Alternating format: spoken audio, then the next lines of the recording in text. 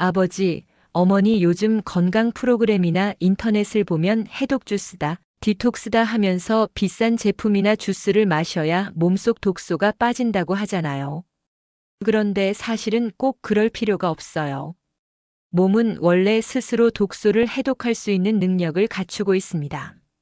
제가 오늘 말씀드릴 건 해독 주스보다 더 확실하고 돈 한 푼 안 들어도 가능한 방법이에요. 부모님 나이대에서는 오히려 이런 자연스러운 해독법이 훨씬 안전하고 효과적입니다. 우리가 흔히 말하는 독소는 사실 의학적으로는 노폐물이나 활성산소 같은 걸 뜻합니다. 쉽게 말하면 몸이 쓰고 남은 찌꺼기예요. 이런 찌꺼기가 쌓이면 피가 탁해지고 세포가 손상되고 염증이 생깁니다. 그 결과 당뇨, 고혈압, 치매 같은 만성질환 위험이 높아지죠. 그래서 몸속 청소가 꼭 필요한 겁니다. 그런데 중요한 건 우리 몸에는 원래 해독 기관이 있다는 거예요. 바로 간, 신장, 폐, 피부, 장입니다. 이 5가지가 잘 작동하면 몸속 독소는 자연스럽게 빠져나가요.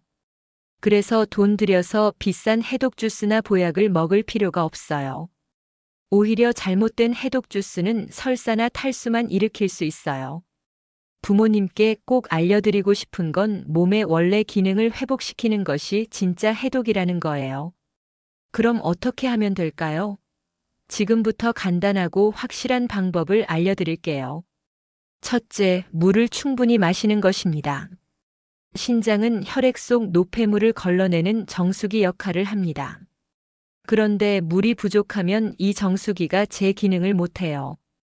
부모님들 중에는 물 마시는 걸 귀찮아 하시거나 소변 자주 본다고 일부러 안 드시는 분들도 계세요.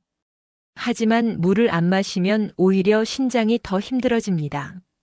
하루 1.5리터 컵으로는 7에서 8잔 정도는 꼭 드셔야 해요.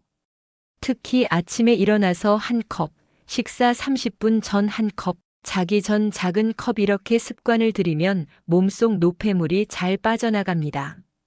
둘째, 장 건강을 지켜야 합니다. 장은 음식 찌꺼기를 몸 밖으로 배출하는 통로죠. 그런데 장이 게을러지면 변비가 생기고 독소가 다시 몸속으로 흡수될 수 있어요. 장 건강을 지키는 가장 확실한 방법은 채소와 과일을 꾸준히 드시는 거예요. 시니어분들께 추천드리는 건 배추김치 대신 겉절이 같은 싱거운 채소 반찬이에요. 염분은 줄이고 섬유질은 챙길 수 있거든요. 또 사과, 배, 바나나처럼 소화가 잘 되는 과일을 하루에 1~2개 드시면 장이 활발해집니다. 셋째, 땀을 흘리는 습관입니다. 피부도 중요한 해독 기관이에요. 땀을 통해서 몸속 노폐물이 배출됩니다. 하지만 나이가 들수록 땀을 잘 흘리지 않게 돼요. 그래서 의도적으로 몸을 움직여야 합니다. 굳이 격한 운동이 아니어도 괜찮습니다. 집안일 하면서 산책하면서 하루 30분만 걸어도 충분해요.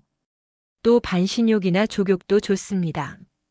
따뜻한 물에 발을 담그면 혈액순환이 좋아지고 땀이 은근슬쩍 나면서 해독에 도움이 됩니다.